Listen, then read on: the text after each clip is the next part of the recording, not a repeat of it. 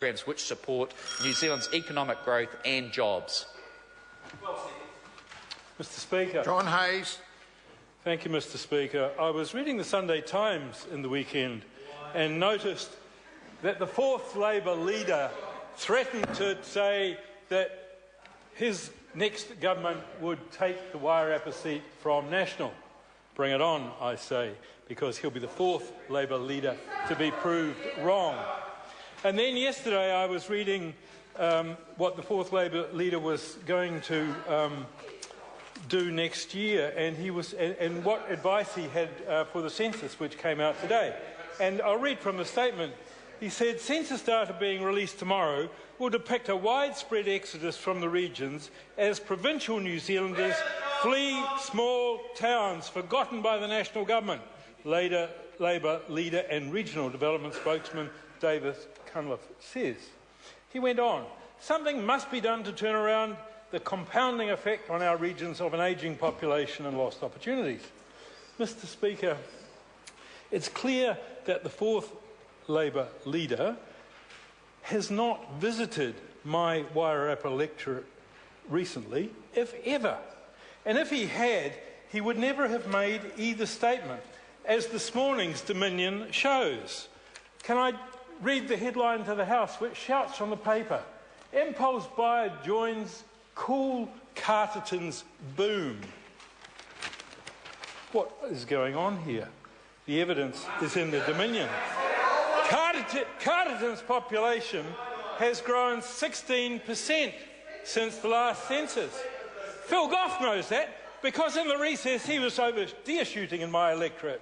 And Stephen Joyce, our Minister of Business and Regional Development, knows that because he spent part of his recess visiting my electorate and meeting a broad cross-section of people. He wanted to listen to their ideas that the government could adopt to create jobs.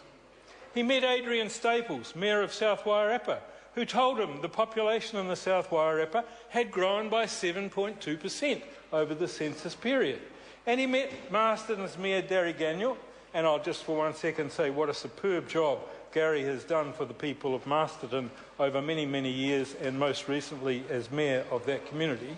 But he told Stephen Joyce that after a period of stagnation going back to 1986, the Marston community was again growing, and in the census period had grown by more than 3%.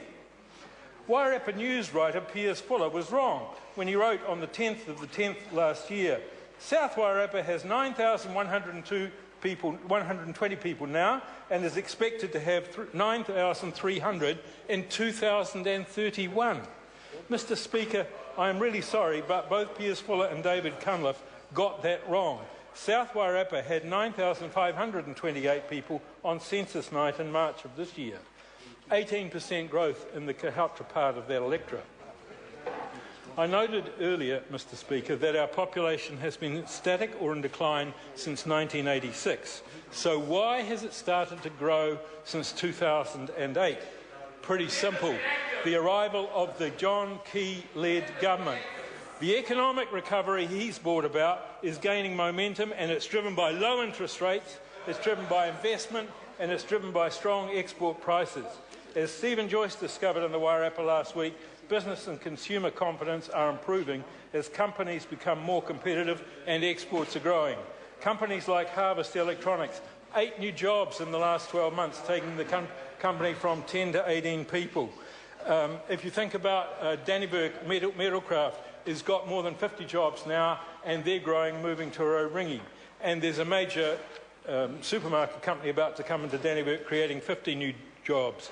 Mr. Speaker, economic growth in our provincial part of New Zealand is comparable to Australia and higher than almost every other developing country. Our economy is forecast to grow between 2 and 3% a year over the next 4 years. That is why the provinces aren't losing people. The reason that Labor has no prospect of covering the Wairarapa seat in the next election is, first of all, they want to bring back a capital gains tax. That would punish business and farmers. Labor would want to promote a big gap between companies' tax rate and top personal income tax rate, which would encourage tax avoidance. Labor would want to impose large costs on business and farms with a more punitive ETS. Mr Speaker, the Wairarapa electorate knows, and New Zealand knows, that we need more taxpayers, not more taxes. Thank you, Mr Speaker. The time for this debate has now concluded, so we move to Government Order of the Day number 1. Telecommunications